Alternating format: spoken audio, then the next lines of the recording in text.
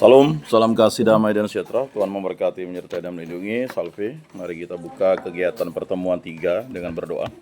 Dalam nama Bapa dan Putra dan Roh Kudus, amin. Allah Tritunggal yang Maha Kudus, kami bersyukur karena karya agung mula yang mempertemukan kami di tempat ini. Kami para putra-putrimu belajar di tempat ini untuk memberikan waktu dan tenaga kami. Semoga kami nanti dipakai untuk menjadi pewarta-pewarta iman yang mampu memikul salib kami dan selalu mengikuti teladan Yesus Kristus. Terima kasih atas karya agungmu, retret agung yang kami masuki pada masa Rabu Abu, dan kami telah memasuki pekan Prapaskah yang pertama. Semoga dengan retret agung kami dapat terus menjadi pribadi yang beriman pada Allah Tritunggal yang Maha Kudus dan selalu setia kepada Kristus dalam melaksanakan pewartaan cita kasih Kristus di dalam dunia ini. Semua dari kami serahkan dengan peraturan Tuhan kami Yesus Kristus yang hidup dan beraja, kini dan sepanjang segala masa. Amin. Dalam nama Bapa dan Putra dan Roh Kudus. Amin. Salam, salam kasih damai dan sejahtera. Tuhan memberkati, menyertai dan melindungi. Salve. Kita sudah masuk pada pertemuan ketiga. Saya ingatkan kembali ya. Pertemuan kita ini terus berlanjut. Nanti jangan sampai lalu kewalahan dalam menyelesaikan baik untuk makalah meet-nya, makalah akhirnya, kemudian video meet-nya, video akhirnya. Kemudian untuk asistensinya ya. Nanti ketua kelas mencari waktu jam berapa supaya nanti mudah untuk asistensinya. Baik, selanjutnya kita masuk ke pada pertemuan yang pertama, ada pengantar sejarah Gereja Katolik di Indonesia. Kemudian di pertemuan yang kedua ini ya, masuknya agama Katolik ke Indonesia. Selanjutnya ya, ada latar belakang kedatangan Katolik ke Nusantara. Ini udah ya kemarin ya? Atau belum? Belum ya? Yang ini udah ya? Masuknya. Baik, pada kesempatan ini kita akan membahas tentang latar belakang kedatangan Katolik ke Nusantara.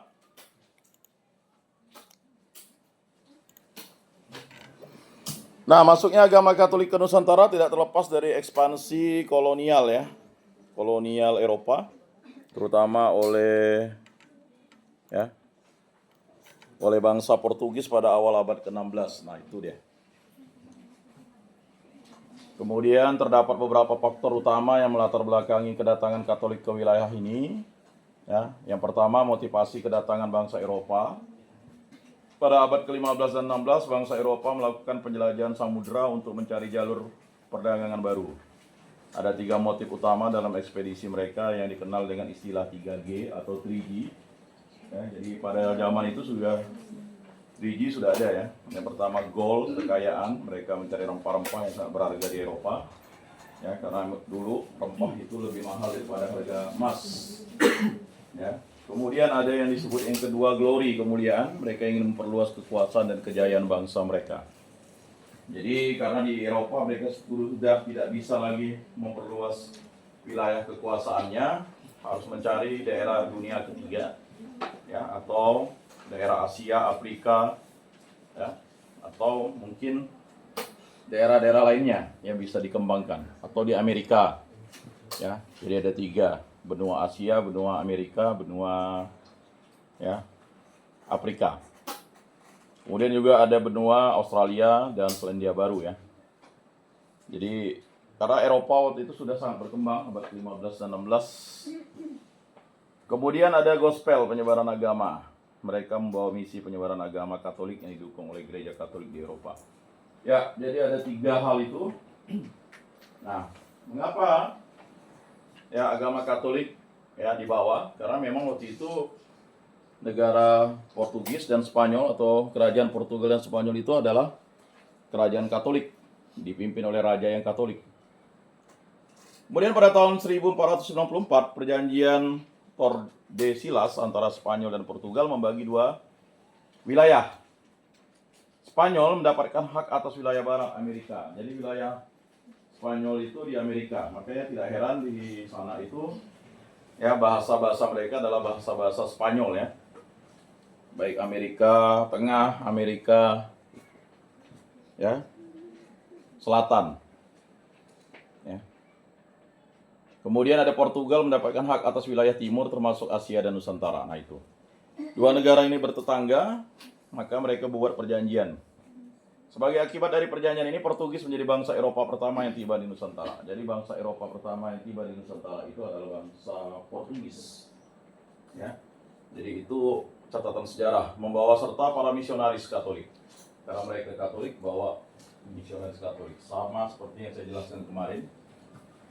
Jadi bawa misionaris Katolik itu, ya, selain untuk pewartaan juga pelayanan. Jadi pelayanan kepada pelaut-pelautnya atau pekerja-pekerjanya di kapal, karena untuk datang ke Nusantara butuh waktu berbulan-bulan. Anggap misalnya 6 bulan, 6 kali 4 udah 24 minggu. 24 minggu ya mereka harus menyambut komuni kan. Jadi kalau orang Katolik yang tidak menyambut komuni itu adalah orang Katolik yang sesat. Sesat iman. Jadi kalau kalian tidak menyambut, itu sesat iman. Walaupun kalian jago berdoa, ya, ikut devosional ini, itu, tapi tidak ikut misal pada hari Minggu, itu berarti sesat. Sesat pikir, sesat iman, sesat tingkah. Jadi tidak ada orang Katolik itu lalu pergi ke gereja lain, harus pergi ke gereja Katolik. Karena apa? Karena ya kita berjumpa dengan Yesus Kristus.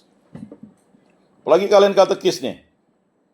Jadi jangan sampai kalian sesat tindak, sesat pikir gitu. Maka spiritual katekis Katolik atau misionaris Katolik itu adalah ya, sakramen. Sehebat apapun kalian, kalau tak menerima sakramen tidak hebat.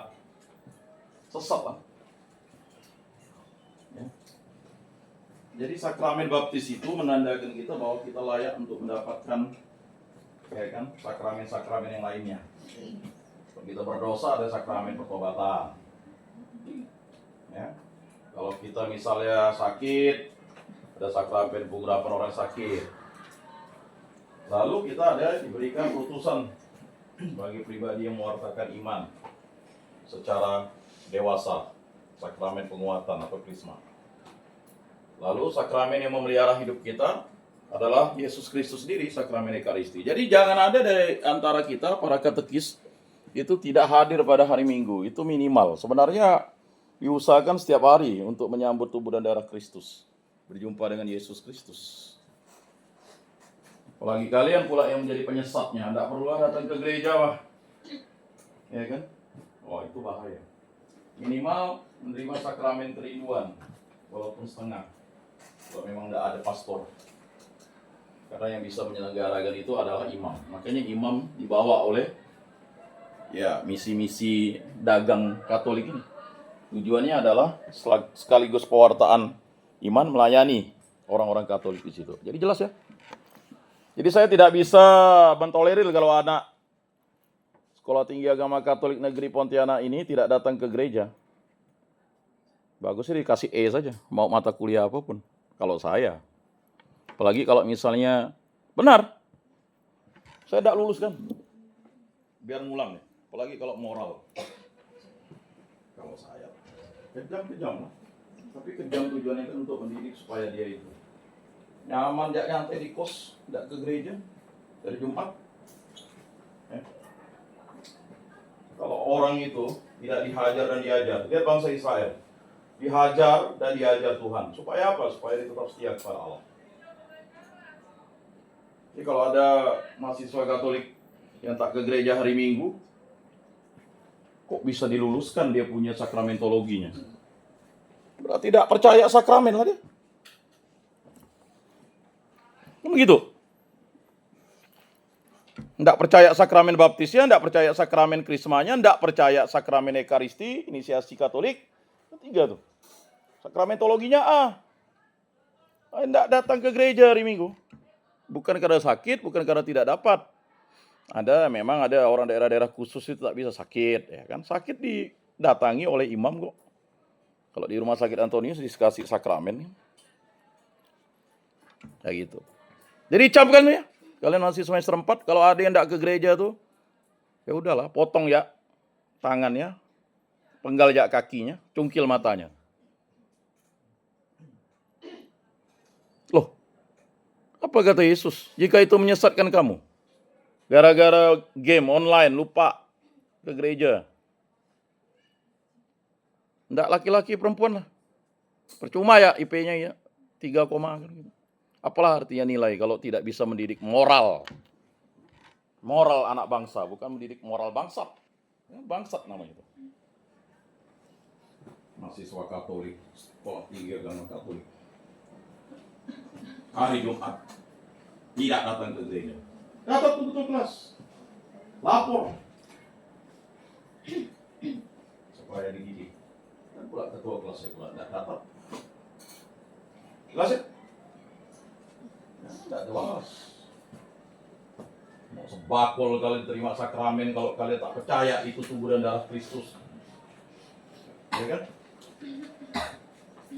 Karena orang Katolik itu luar biasa, bisa melihat Tuhan. Itulah dia sakramen. Yang kalian lihat itu Yesus Kristus, Pak. Bagi orang yang bukan Katolik, ya udah terserah dia. Untuk apa dia percaya? Karena dia bukan Katolik.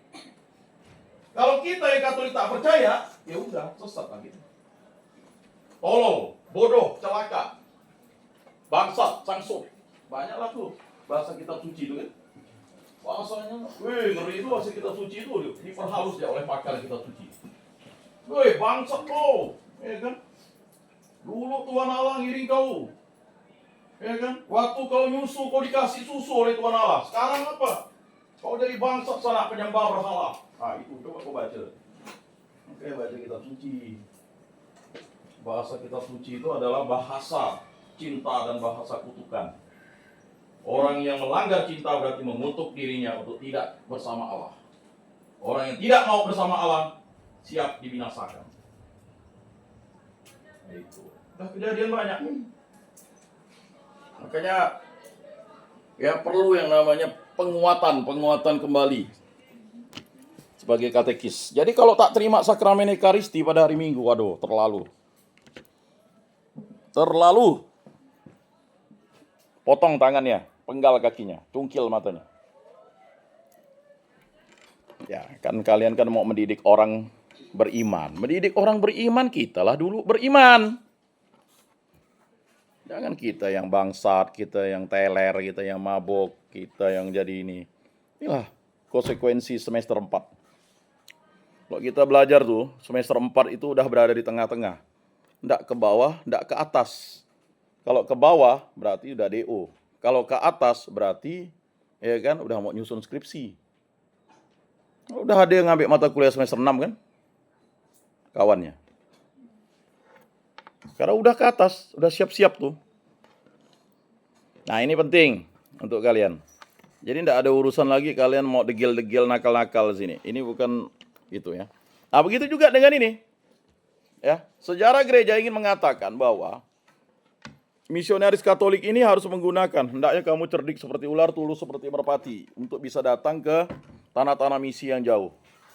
Ya udah, bergabung dengan misi koloni ya.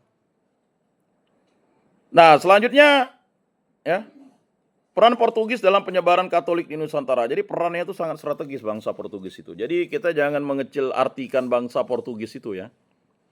Jadi kalau tidak ada bangsa Portugis datang ke sini, tidak Katolik gitu nih. Katolak. Ya kan? Jangan kau pikir kau Katolik gara-gara bapakmu, tidak ada. Kakek nenek saya Katolik dulu udah kawin, udah menikah dia. Bapak saya Katolik udah dewasa. Saya Katolik bayi. Jadi karena peran misionaris ini yang terus mendoakan kita bertumbuhlah iman Katolik di sini. Ya. Jadi mari kita menjadi pribadi yang tangguh. Jangan kuliah asal kuliah, datang, tidak mau belajar, tidak mau baca kitab suci. Ya, isi otak tuh baca kitab suci. Jangan ngepek, nyontek. Untuk apa, Pak? Ya. Kalian kan sekolah moral, masa sekolah nyontek? Ya kan?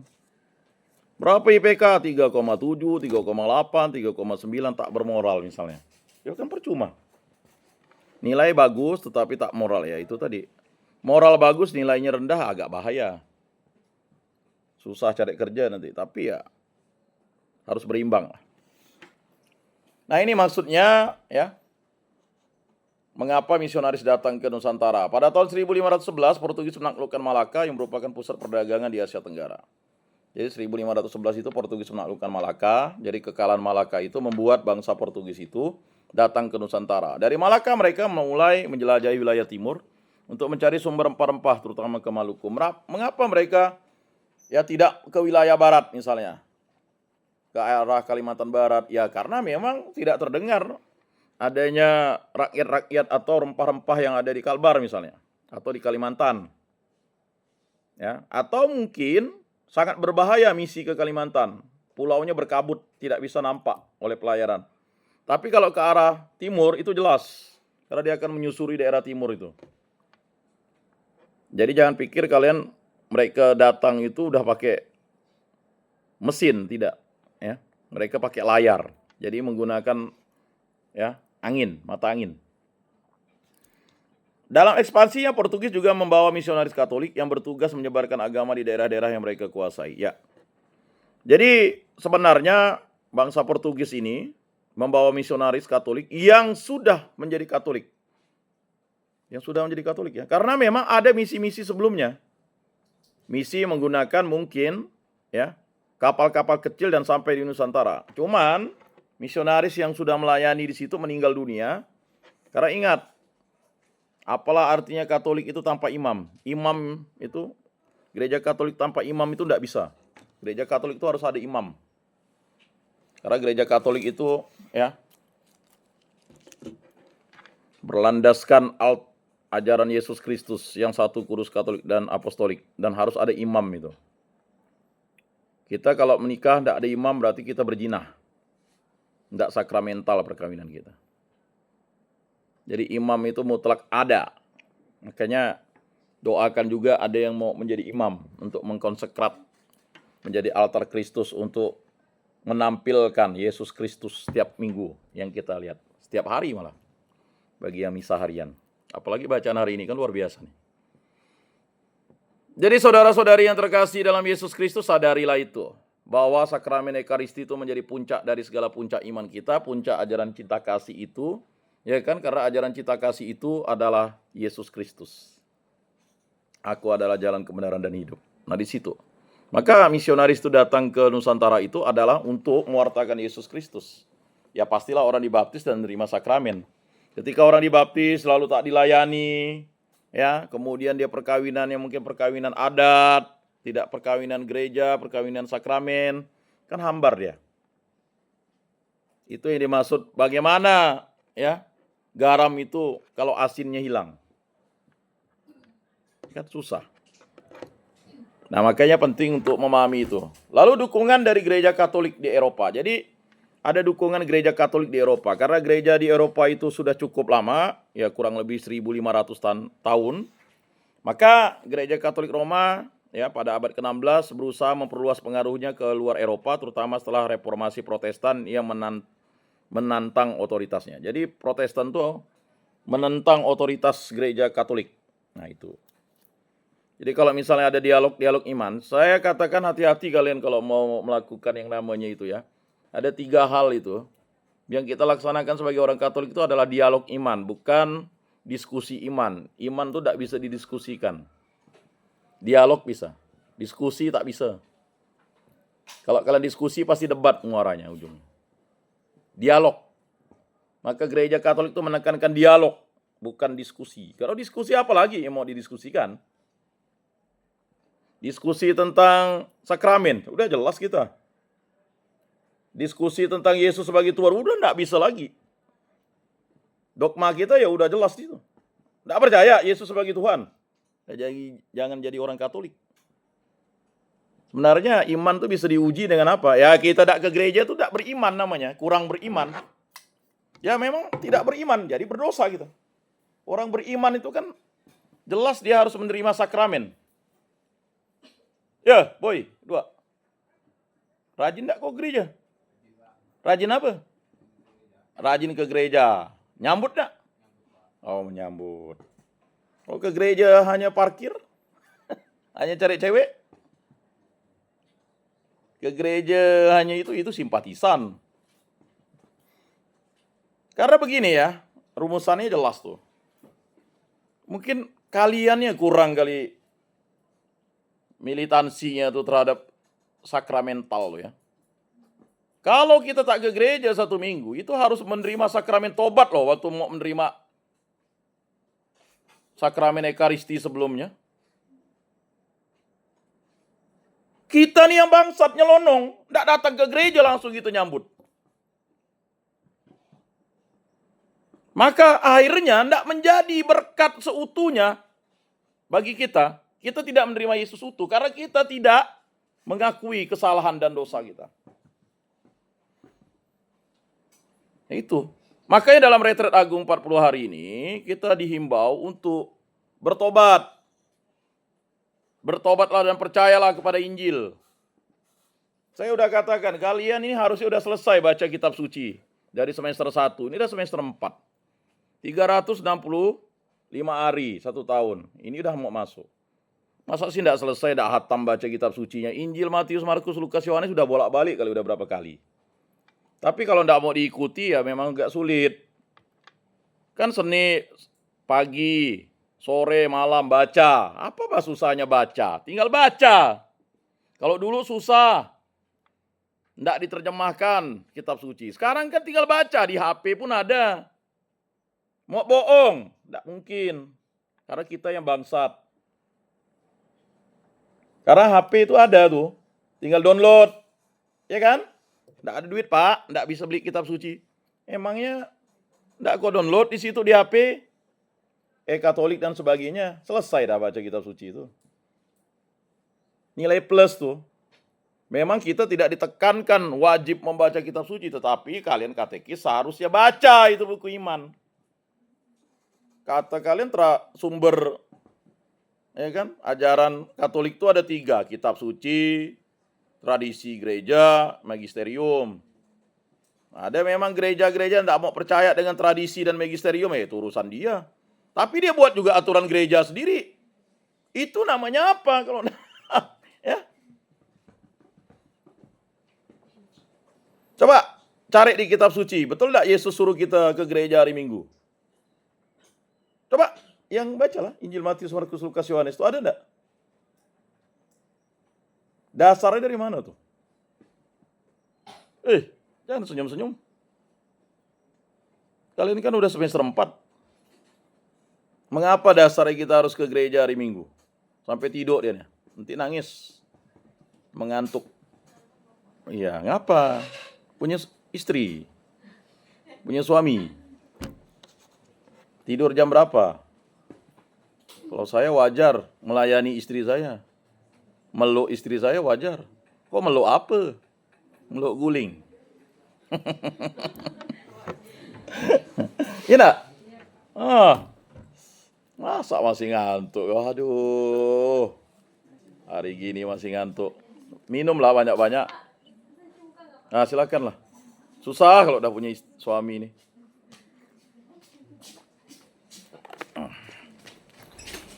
Gimana? Ada dasarnya? Di mana? Tak mana kau? Enggak, ini 34 orang nih. Semester 4, udah lulus sakramentologi. Mana dasarnya? Kita disuruh ke gereja hari Minggu. Enggak ada yang mau cari. Wah, gimana lah. Ya, mana dasar biblisnya? Dasar kita kan harus kuat biblis, tradisi, dan magisterium. Mana? Dari Injil, Matius, Markus, Lukas, Yohanes itu yang menerangkan kita harus ke gereja hari Minggu.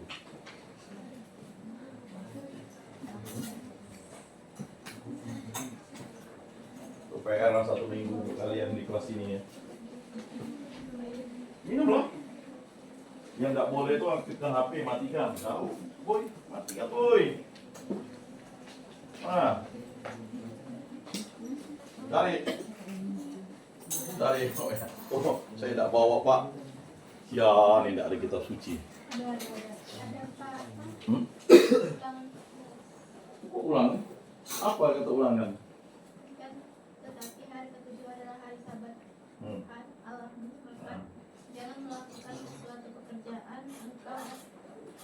anakmu laki-laki atau anakmu perempuan, Heeh. atau hambamu laki-laki atau hambamu perempuan, atau lembumu, atau keledaimu, atau hewanmu yang manapun, atau orang asing. Itu kan tuh orang Yahudi, itu orang Kristen. Nah, sahabat itu kan hari Sabtu, dia yang suruh kita pergi hari Minggu itu siapa? Waduh, masa sih? Yesus tuh wafat itu hari apa? Hah? Bangkit hari ketiga hari apa?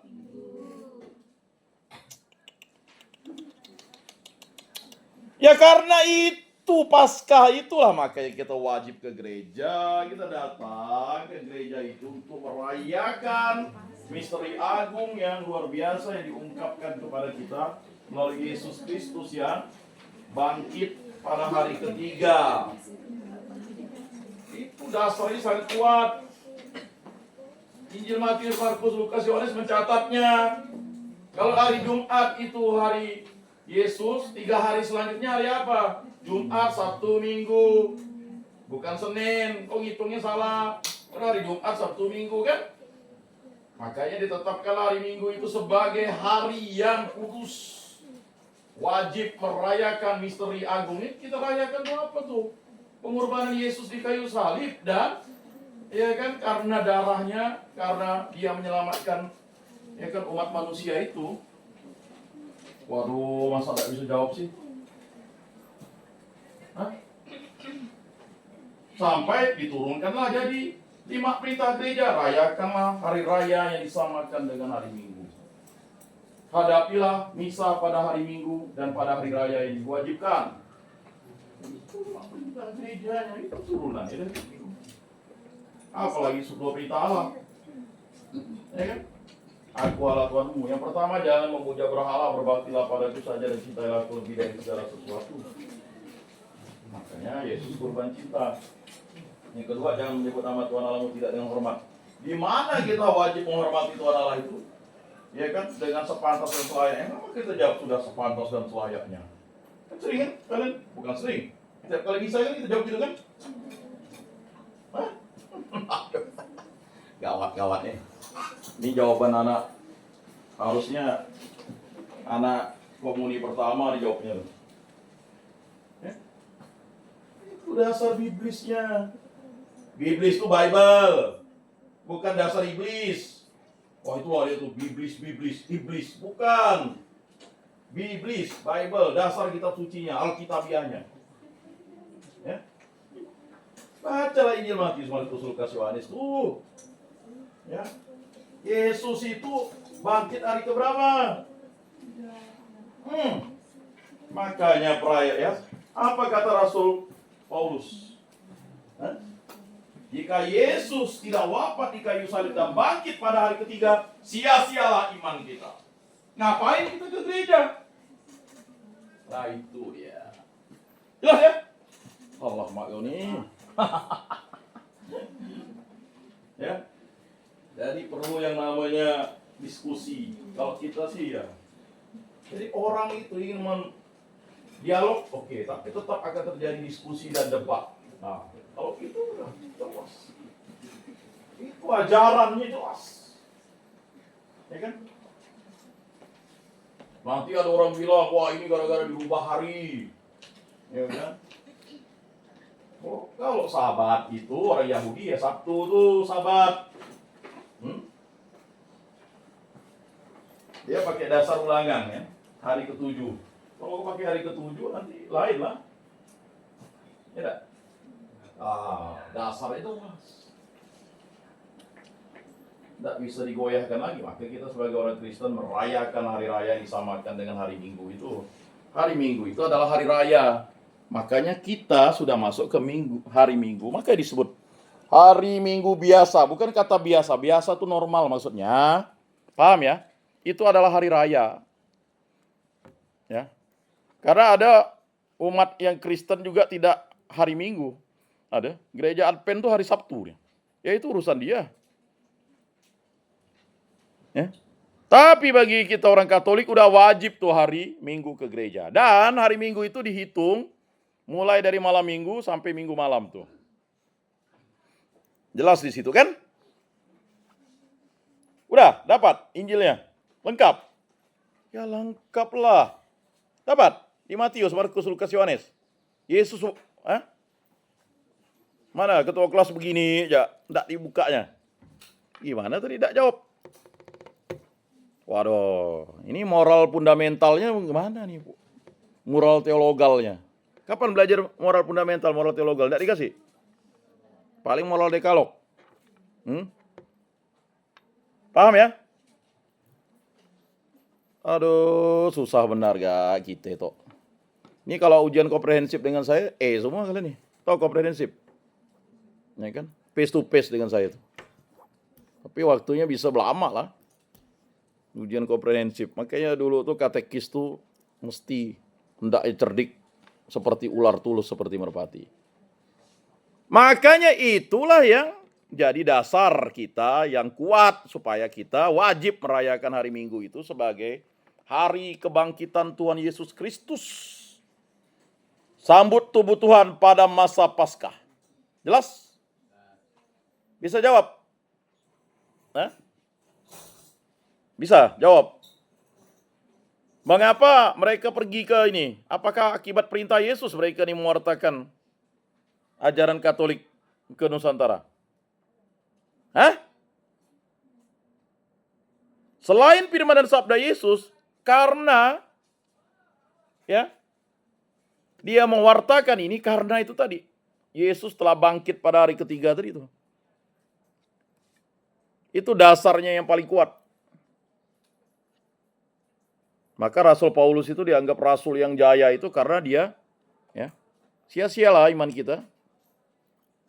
Berarti kalau kita tidak datang ke gereja pada hari Minggu, ya memang kita dianggap orang tak percaya. Apalagi dia baru komuni pertama kan. Nah dialah, baru berapa kau hitung? Anggaplah 1 tahun tuh 58 minggu. Ditambah hari raya, baru berapa? Sengahe kau terima tubuh dan darah Kristus. Nanak tak hitung.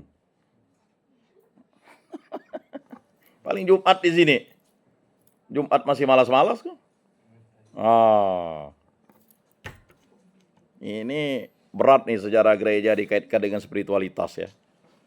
Makanya Santo Fransiskus Xaverius itu bersama para paus dan ordo religius seperti Yesuit, Dominikan, dan Fransiskan mengirim banyak misionaris ke daerah jajahan Portugis termasuk Nusantara karena mudah.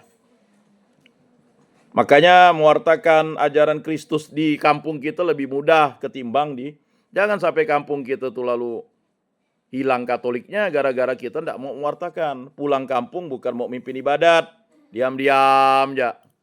Anak bapak katekis ya, diam aja. Suruh baca kitab suci, diam aja. Mimpin lagu, diam aja. Tidak bisa lah. Nah ini persoalan-persoalan yang kita akan hadapi ya dalam mewartakan Kristus Yesus tuh. Nah, salah satu tokoh terkenal yang diutus ke Asia adalah Santo Fransiskus Xaverius, seorang imam Yesuit yang tiba di Maluku pada tahun 1546. Nah ini dicatat nih sebagai suatu memori untuk melanjutkan misi penyebaran Katolik di Nusantara. Saya fokus dengan Katolik ya, karena kita yang Kristen-Kristen lainnya kalian baca buku sendiri ya. Supaya kalian paham gitu. Jangan sampai tidak paham. Kemudian faktor-faktor yang mempermudah penyebaran Katolik tuh. Yang pertama tadi adalah dukungan dari Portugis. Ya, karena Portugis itu udah kerajaannya atau negaranya Katolik, mereka memberikan perlindungan kepada misionaris, dilindungi. Dulu ada misionaris datang ke Pahuman, itu mati dia. Kena mandau atau kena tembak kena tembak lantak kah? Jangan kalian pikir itu tidak ada misionaris dari lokal. Mudah mengkatolikkan Dayak, sulit. Kakek saya baru Katolik udah waktu punya anak. Tidak mudah mengkatolikkan orang Dayak itu. Ya, ditambah lagi tradisi kita ada tradisi ngayau cari kepala. Ada tau lah tradisi ya. Kalau dulu itu kalau mau kawin itu mas kawinnya harus kepala, bukan kepala sembarang, bukan kepala perempuan atau kepala anak kecil, kepala orang paling kuat di kampung sana. Kalau tidak mampu jangan kawin. Kalau kalian sekarang mudah menari bodoh-bodoh. Abang sayang dengan adik, ayolah, udahlah. Kena beri, langsung boncet, langsung nangis. Tilebeng, dek ikut kenjem.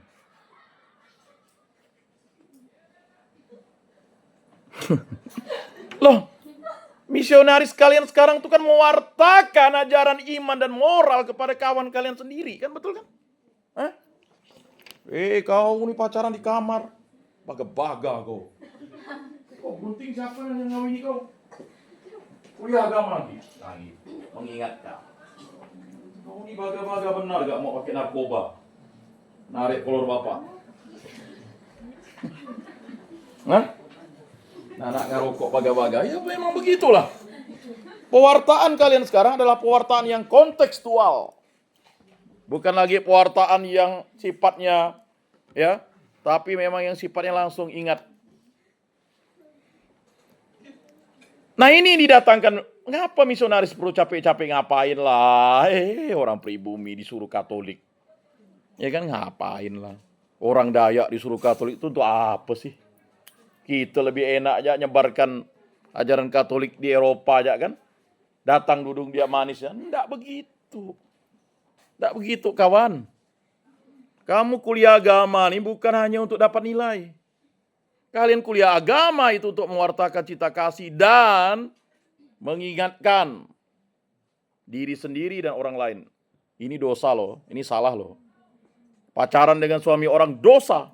Tidak ada urusan kau pacaran dengan suami orang tuh baik, dosa. Dosa percabulan. Apalagi sampai berhubungan badan, dosa perzinahan. Kalau udah orang pacaran dengan suami orang, ujung-ujungnya apa? Mau minta itulah. Nah, bukan minta duit. Susah. Jadi ini kembalilah kita merekonstruksi ya. Kita semester 4 merekonstruksi diri kita. Bahwa kita sekarang harus siap untuk menegur kawan kita kalau salah. Gereja, kita nih kalau enggak jemput. Kan? Jemput. Apalah baru. Itulah kata Yesus tadi. Kau nih serpihan kayu di kawanmu kau mau balok di depan mata. Maksud Yesus tuh, yang kawan sekosmu tidak kau ajak ke gereja. Kan ngajak kawan yang ujung sana rumahnya ke Siantan ke gereja. Nah itu. Jadi saudara-saudari yang terkasih, nah ini dia, ya. Kalian sudah muda, dukungan dari negara sudah enak, ya. Di Pontianak ini kebebasan beragama itu udah nyaman, janganlah ndak ke gereja. Ya. Katekis lagi. Apakah memang mau ditugaskan suruh tanda tangan kayak anak SMA dengan SMP dulu? Saya suka tuh, SD, SMP, SMA minta tanda tangan pastor.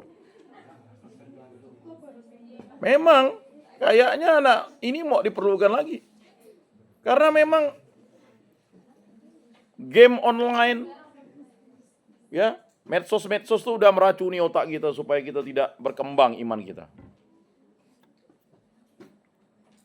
Ya, tahan ya. Main game bisa 16-17 jam, pergi ke gereja 1,5 jam, susah. Tahan nonton TikTok berjam-jam, ya. Datang kuliah ngantuk, ya kan? Mau tidur. Tapi sekali nonton TikTok enggak tidur-tidur. Ya memang enggak tidur-tidur. Karena apa? Ya. Itu kan ada cahaya sinar biru tuh masuk ke dalam lapisan otak kita di sini dan membuat kita untuk tidak bisa tidur. Makanya kalau orang sulit tidur sekarang itu, jauhkan HP-nya, pasti tidur.